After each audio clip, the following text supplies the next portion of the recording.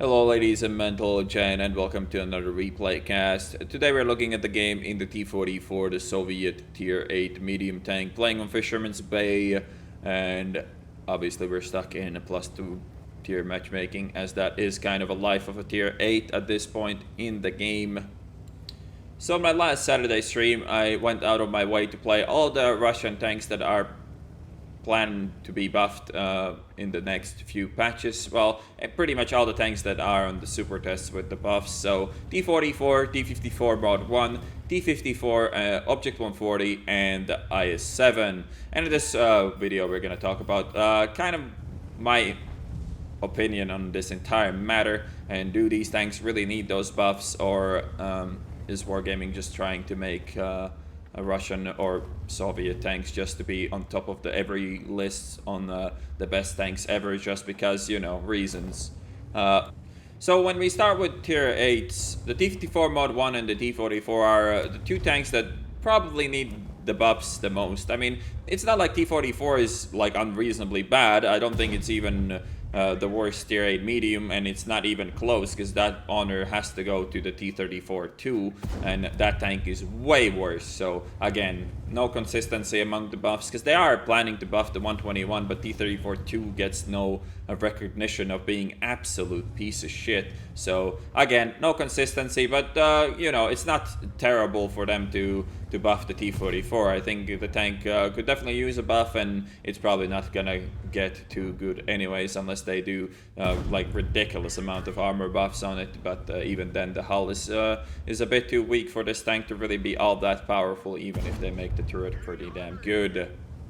T-54 Mod 1, however, is an absolute piece of shit, and definitely could use a buff. The problem with the tank like that is that it dominates lower tier matchmaking, but hey, in this patch we don't get lower tier matchmaking anymore. I think I played around like close to 20 games in these Tier 8s, and I don't really remember really meeting a single Tier 6 in any of those games. So, you know, dominating Tier 6 is not something you can do anymore. So the T-54 Mod 1 was only good at dominating Tier 6s. The armor became completely useless at higher tiers, and it also obviously doesn't really have the gun to hurt the higher tier tanks at all. Not only does it lack penetration, it lacks aiming time, it lacks DPM, it lacks any relevant stats for a gun to be able to, you know, compete with the higher tier vehicles. So a buff there would definitely be welcome, as long as they don't make it too OP. I mean, they could definitely buff the gun handling a bit. And again, the problem with a tank like that is that it will be too good in lower tier games if you buff it too much, and it's just not going to be fair to fight against.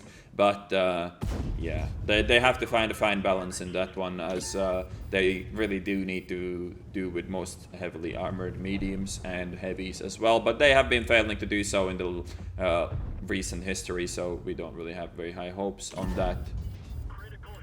Alright, so now let's talk about the more questionable buffs that Wargaming is planning to make, like on the T-54. So T-54 got nerfed pretty heavily with the HD remodel, and yet it is still probably the most popular tier 9 medium tank in the game. And Wargaming not only wants to revert that nerf, they want to make it even better than it was before the HD rework. So they're making the T-54 the best it has ever been for some reason. And that really puzzles me, because T-54 is the most popular medium tank in the game. Well, there is a logical reason for that, that being that you can grind 2 tier 10 mediums out of the T-54, so, you know, you gotta play it more and so on and so forth. But still, most popular tank in the game at tier 9 probably isn't underpowered. That probably should be, you know, the way you look at it to begin with. Like, if a tank is ridiculously powerful, you should, or ridiculously common, you should not buff it, because it's doing fine. People are playing it, and that really isn't the case with tanks like the T-34 2 with the Caravan, like shit like that. That's like ridiculously underplayed and doing terribly statistically as well. Those should be the tanks getting buffed. Like, you know, T-54 Mod 1 is a great example. It's probably one of the least played Tier 8 tanks in the game, I would imagine. Well, probably not quite there, but, you know, it's probably not far off that either. So them buffing tanks that are ridiculously popular, like the T-54, like the Object 140 also completely falls into that category fully, because it's even in ranked games 140 was one of the most popular tanks, and then you try to tell me that, you know, you need to buff a 140 because it was already pretty much the most played tank in your ranked game mode. Like, how the fuck does that make any sense? I mean, I could see like why they would like think about nerfing the Batchet a bit, because Batchet was also ridiculously popular, but somehow it makes sense to them to buff the 140. And again, statistically, maybe it's not doing that fine, but it's because it's the most played tank. There's gonna be the most shitty players playing the 140, and you should not oblige them by over buffing it and making it, you know, I'm an idiot playing a 140, but it's fine because it's a 140. What they've kind of been doing for the longest time. I mean, it's not really the way you should be addressing balancing to begin with. Last but not least, we have the IS-7. So obviously IS-7 has been outclassed completely for quite a while by the mouse and the Type 5 Heavy. They kind of did the same thing. They both, well, they all are kind of city brawlers. IS-7 with a really big emphasis on hull down. And if the IS-7 is still hull down, it's very tough to deal with for a mouse, or, well, less so for a Type 5 Heavy, because, hey, HEMO is very skill-based and all that. But anyways, because of the mouse and Type 5, the IS-7 has for sure lost some popularity and generally become statistically less viable as well. And what Wargaming wants to do with it is to buff its mobility to pretty much shit on most medium tanks in the game with a turret armor that you cannot pen with pretty much any tank unless you spam gold with tier 10 tank destroyers. So this is gonna be, I think, a terrible change for the game. I really hope they don't go through with it. I hope they revert the engine changes. I think the gun handling changes are fine. That's like absolutely fine, but giving it 19 power to weight ratio is just silly to me. So I hope they don't go through with that either.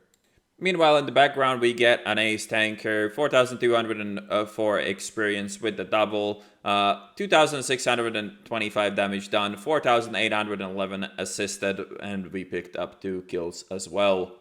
And we got 1,401 base experience by pretty much playing aggressively, leading the snowball down the map, trying to go for that spotting, trying to go for that tracking whenever we could.